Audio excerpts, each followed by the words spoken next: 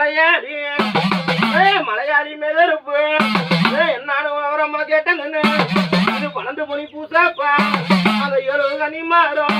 நான் அன்னைக்கு சுத்த பூசையோ அண்ணன் உனக்கு காவல் தெய்வமோ